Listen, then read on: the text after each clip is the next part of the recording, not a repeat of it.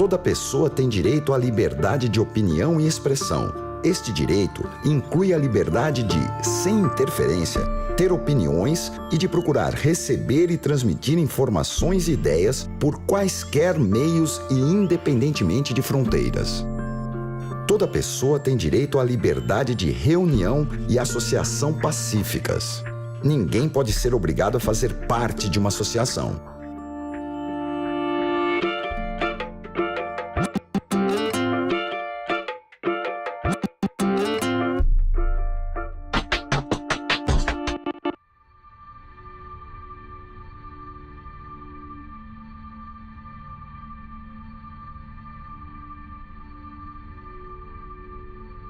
Liberdade de expressão é uma liberdade de poder se comunicar de forma plena, não só de ouvir, mas de transmitir informações. No Brasil, ela é tratada de forma parcial, né? Então, as pessoas acham que a liberdade de expressão delas está garantida porque elas têm direito a falar no celular, a ouvir o rádio, a ver a televisão, a conversar na praça, mas isso é uma parte da liberdade de expressão. Ter o direito de poder comunicar com um país ou com a sociedade de uma forma geral, de forma plena. A comunicação é, sobretudo, um instrumento de poder.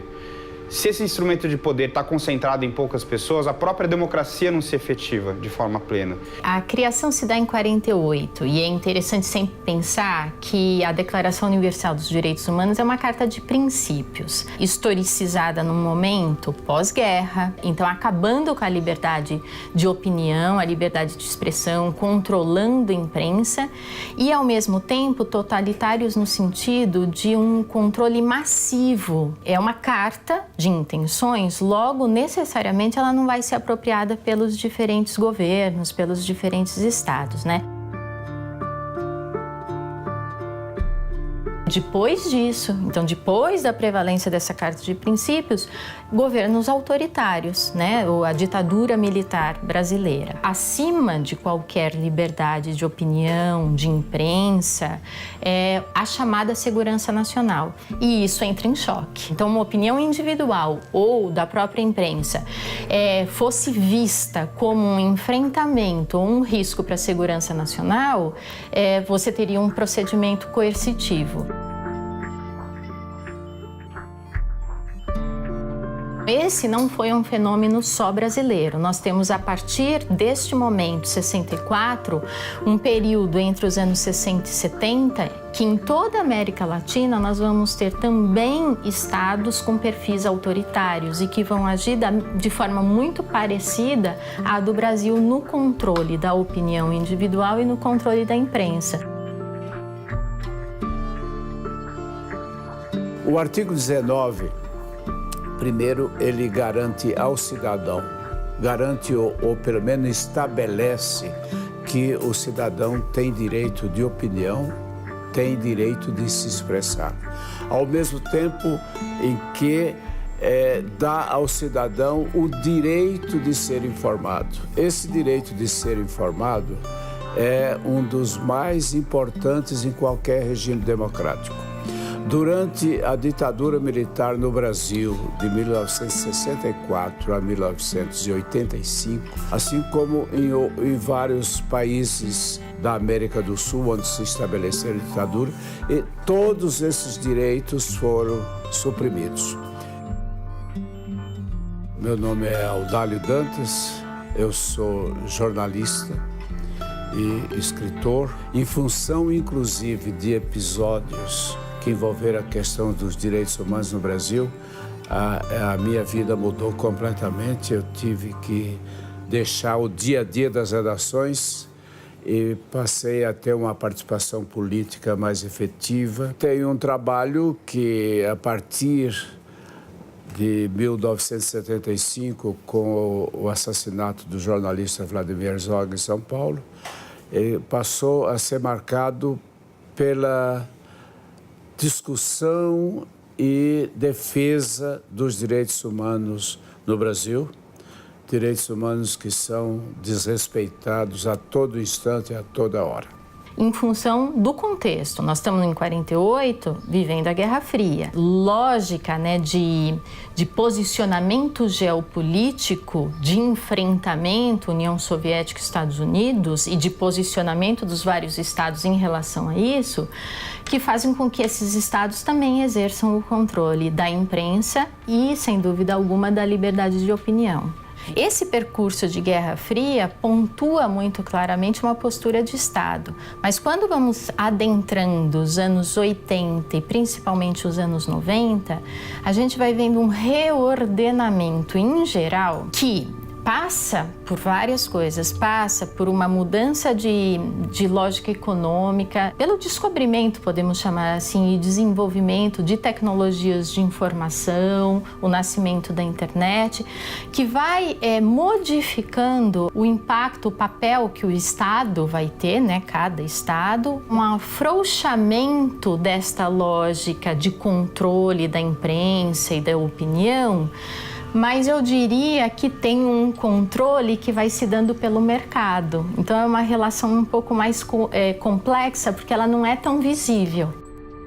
Não há essa forma de controle dos meios de comunicação, como alguns pensam, de que tem alguns temas que você pode falar, alguns temas que você não pode, porque o Estado não deixa. O Estado não tem mais, em relação aos meios de comunicação de massa, o controle que ele tinha na ditadura militar.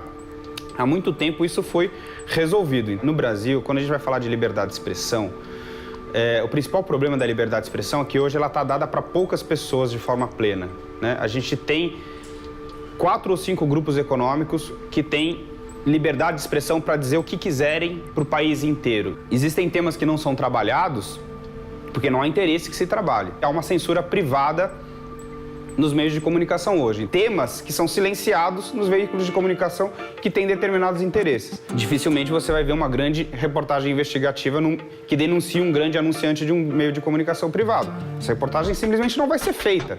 Não é que ela vai ser feita e vai ser censurada. Ela não vai ser nem produzida. Não é que você vai encontrar uma empresa censurando um jornal, nem pode fazer isso, né? Não faz parte do seu âmbito, ou dizendo que ele não pode informar determinada coisa, mas ele vai dizer que ali ele não coloca a sua publicidade. Então, o que gera isso? Gera uma orientação editorial que vai controlar, sim, o que vai ser publicado. Desde 1948, quando foi criada a Declaração Universal dos Direitos Humanos, o mundo mudou e muito. Uma forte transformação é a possibilidade de expressarmos nossas ideias e opiniões pela internet. Calar a voz de qualquer pessoa se tornou mais difícil. A internet trouxe a possibilidade da democratização, digamos, podemos dizer, absoluta da opinião, o direito de opinião. Eu diria que a internet, ela configura um tipo diferenciado de mídia que a gente vai chamar de mídia pós-massiva. Ela possibilita pela primeira vez na história que o cidadão deixe de ser um consumidor passivo de informação e passe a ser um produtor de informação e um difusor.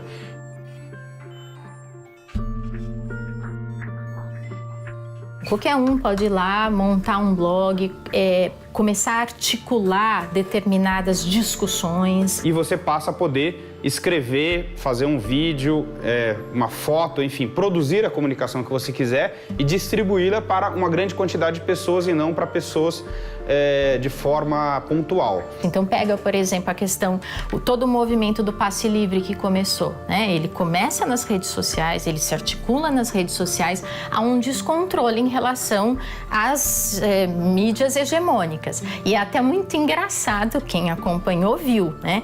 Que a mídia hegemônica vem com um discurso que vai nomear esses movimentos como caótico, de vandalismo, de descontrole, mas o impacto das redes sociais em si, favorecendo o movimento, as pessoas saindo às ruas, né? E o impacto que gerou fez com que essas mídias hegemônicas tivessem que se rever. Então você viu um processo, não, é legítimo, a discussão é necessária.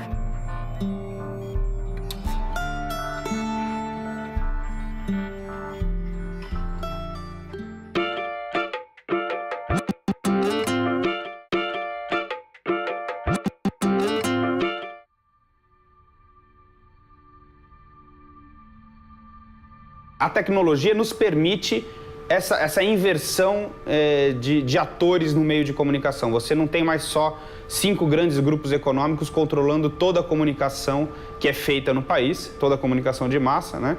Mas você passa a ter cada indivíduo podendo dizer o que quiser e para quem quiser na internet. Há jornalistas que tem nome já firmado há muito tempo, que hoje tem blogs que a gente pode considerar como imprensa alternativa. Ao mesmo tempo, surgem movimentos que são típicos da era da informação, blogs, dos milhões de blogs do mundo inteiro. De repente, um sujeito acha que ele é o pensamento. As manifestações de pensamento, elas têm que expressar a diversidade. Se a internet é um meio livre, né, permite essa liberdade, permite a ampliação dos atores no cenário da comunicação, ao mesmo tempo, ela é um meio de extremo controle e extrema vigilância, né? Como a gente tem visto, inclusive, ultimamente. As redes sociais, eles partem do pressuposto da indeterminação, né? Do que vai ser postado, como as pessoas vão reagir, não tem um controle. E a indeterminação no campo político é um terror. A política teme completamente, porque o indeterminado você não controla. Há uma situação específica ainda a ser considerada nessa questão. Não mais que 40% dos lares no país estão conectados a uma internet que permite ao usuário uma comunicação de qualidade. Você pode falar para todo mundo em tese. Há um número limitado e limitado a setores economicamente mais favorecidos. Da proliferação da banda larga, do acesso de internet em celular, em tablet. Uma grande questão da internet e da informação 2.0 é que ela é um caminho de duas mãos, assim, quer dizer, mais de duas mãos, é um caos, assim, sabe? A ideia é que é isso, a pessoa escreva o que quer no seu blog. Daphne Sampaio, sou jornalista. Mostra que a grande questão da internet, da informação, são os filtros. É por isso que você vai aí criando o seu portal pessoal de comunicação, né? Gente que você confia, gente que você acredita, gente que você acompanha, gente que você respeita. Todo dia, toda hora, todo minuto, as pessoas estão se expressando, seja com um colega de trabalho no cafezinho ou seja agora mais intensamente nas redes sociais. O que as redes sociais e a internet propiciaram foi que o cafezinho ganhou uma dimensão global, que ao contrário da visão utópica de que eu poderia, ou você, ou qualquer um poderia conversar com uma pessoa do outro lado do mundo e trocar experiências e opiniões e informações, o que a gente tem visto é que a tendência é a guetização. As pessoas se fecharem, mesmo com todo esse acesso, se fecharem junto dos seus iguais. E isso acaba acirrando as posições e afastando mais esses grupos em vez de juntá-los. Esse ouvir a outra opinião, não estar ali naquela zona de conforto onde você só vê as coisas que te interessam, do jeito que te interessam, isso não é da internet, isso é de cada um. Eu vou atrás de coisas diferentes do que eu penso, para eu entender. Tem gente que prefere ficar aí no seu mundinho mesmo. Eu acho que o mundo é maior. A internet, ela é um serviço de comunicação fundamental. Ela não é mais um serviço de comunicação de luxo, onde algumas pessoas podem... Ela vai se... Porque num cenário de convergência digital, toda a comunicação vai convergir para esse ambiente. Uma carência de relações efetivamente democráticas. E aí, como é que a gente pode pensar a liberdade de opinião, né? Essa liberdade, ela está condicionada a como esses sujeitos são representados. Ou seja, quando a gente pensa como são representados, que espaço as pessoas têm de aparência nos diferentes meios. São alguns setores que têm esse espaço. O jornalismo investigativo tem se tornado uma necessidade hoje qualquer cidadão com acesso a um celular e uma conta na internet é um repórter, um editor, um cinegrafista e um publisher, quer dizer, o jornalista perdeu o monopólio, ele perdeu valor na medida que ele se multiplicou, qualquer um é capaz de produzir e publicar, então você precisa buscar as empresas jornalísticas que vivem do jornalismo, precisam ter diferenciais cada vez maiores no seu conteúdo ou no material que elas produzem. Um desses diferenciais tem sido a tentativa de promover investigações e produzir informações exclusivas. Porém, não são apenas os veículos, os meios de comunicação tradicionais, a chamada velha mídia, que têm acesso aos recursos necessários para se praticar jornalismo investigativo. Hoje, você vê alguns blogueiros com maior ou menor sucesso fazendo isso, você vê sites.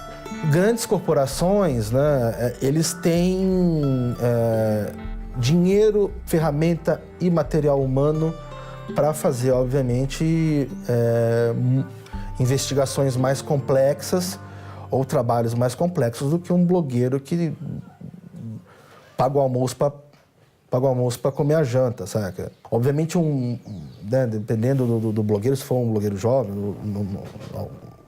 que não tem muitas conexões, o trabalho dele sobre algum assunto jornalístico não vai ser tão aprofundado quanto poderia ser um da grande imprensa. O jornalismo nasceu tendo como sustentação a credibilidade da informação. O blogueiro não tem condições de apurar as informações devidamente. Não se pratica jornalismo hoje sem algum tipo de técnica, sem algum tipo de formação, sem algum tipo de estudo. A necessidade de formação acadêmica ou de diploma de jornalismo para o exercício da função de informar é outra questão que surgiu com as novas tecnologias e com a contemporaneidade. Como lidar com este dilema sem ferir os direitos humanos? Eu, especificamente, acho que o diploma, de forma alguma, deve ser obrigatório para se fazer jornalismo. Numa cidade onde não há nenhum jornalista formado com diploma, essa cidade não pode ter jornal. Ela pode fazer jornalismo de uma forma ou de outra, mas não pode ser impeditivo para que ela faça jornalismo. Milhões de pessoas, de certa maneira, exercem o jornalismo de maneira não profissional e elas criaram uma realidade completamente superada para como é que você vai fiscalizar se todos os blogueiros têm... Você vai proibir alguém de publicar uma informação no Twitter porque ele não tem diploma de jornalista? Obviamente não. A Abrage, ela foi fundada em 2002, após o assassinato do jornalista Tim Lopes, da Rede Globo, por traficantes no Rio de Janeiro. Surgiu da necessidade não apenas de proteger mais os jornalistas no exercício da sua profissão, mas também de criar um fórum de compartilhamento de informações, de experiências, que a gente sentia muita falta, e também fazer lobby pela criação de uma lei de acesso às informações de interesse público no Brasil, e que a gente conseguiu tendo sucesso faz 2 anos e está implementada com muito uso, não só pela imprensa, mas por toda a sociedade civil organizada. O direito de reunião, o direito de associação, previsto no artigo 20 da Declaração dos Direitos Humanos, temos que enquadrá-lo na situação que o país viveu sob a ditadura militar. O caso do Sindicato dos Jornalistas de São Paulo é emblemático nesse sentido. Acho que foi a primeira oposição sindical vitoriosa no país desde 64. Nós tentamos exercê-lo na plenitude e não conseguimos. Nós organizamos debates sobre a questão da liberdade de imprensa, sobre a censura, etc. e tal. Nós estávamos sendo frequentemente monitorados pelos órgãos de segurança. Depois eu verifiquei tudo isso em documentos no Arquivo Nacional. A outra questão, que é que ninguém é obrigado a se associar, a pertencer a alguma entidade, essa parece antagônica, mas ao mesmo tempo é um princípio de liberdade. Você é jornalista, não é obrigado a se sindicalizar nos jornalistas, etc. É uma questão de opção sua.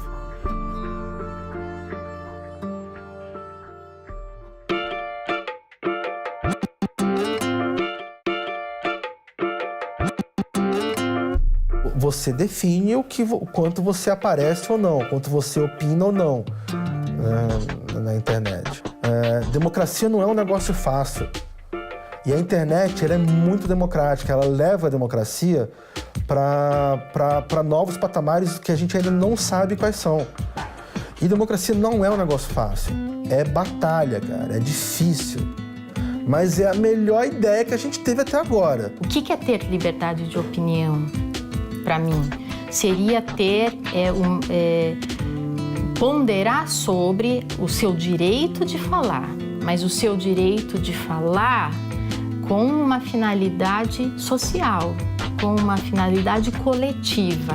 Emitir ou sofrer as consequências de uma opinião também, porque é isso, a pessoa acha, agora tem muita gente que fica comentando, fala as barbaridades e não quer sofrer a consequência disso. Se fizer um comentário homofóbico na internet e o seu comentário for apagado, ou você sofrer uma ação judicial por desacato ou crime de ódio, cara, é isso mesmo. Isso não é censura, isso é democracia.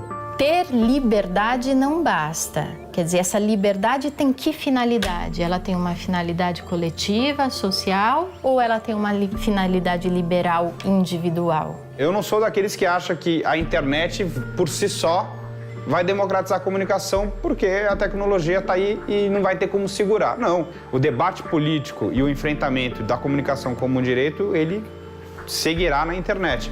De outras formas, por outros meios, mas a gente vai continuar tendo que lutar para definir regras na internet que permitam diversidade, pluralidade, liberdade de expressão, acesso à tecnologia. Tudo que tende ao monopólio ou à oligopolização vai contra o interesse coletivo, porque você tem menos competição, menos concorrência e meia dúzia de pessoas ou meia dúzia de grupos são capazes de moldar o seu próprio destino em detrimento do resto. Quanto mais agentes, quanto mais publishers, quanto mais anunciantes, quanto mais pulverizada tiver essa rede do começo ao fim, melhor para a sociedade. Parece simples, até óbvio. Todos nós temos direito a emitir opiniões e expressar as nossas ideias a respeito do que quisermos, sem sofrer coerção ou censura por isso, desde que respeitando os limites da dignidade e da diversidade humana, sem preconceitos. É para isso que existe a Declaração Universal dos Direitos Humanos. E qualquer um pode fazer isso, sem precisar ingressar em qualquer tipo de associação ou sindicato. Para emitir opinião, não precisa ter diploma, basta ter discernimento e bom senso. É importante que conheça os direitos, que conheça a Declaração Universal dos Direitos Humanos para poder saber do que se trata. E aí, a partir do momento que ele tem conhecimento de que ele tem esses direitos, ele começar a procurar os caminhos para que esse direito se efetive. Então, é importante que a pessoa entenda que ela tem que sair da condição passiva de consumidora de informação para uma posição ativa de produtora e difusora. Porque se ela não for a pessoa que vai produzir informação e mostrar essa informação para as pessoas, outras pessoas vão fazer. Então, disputar a comunicação como um direito é fundamental para que a democracia se efetive e para que os poderes na sociedade estejam equilibrados de uma forma mais interessante e não de uma forma tão desequilibrada quanto é hoje. A grande mídia ela não vai acabar. E espero que não acabe. O que eu espero é que a grande imprensa também aprenda com essa democratização radical que a internet causou no mundo, assim, sabe? É isso.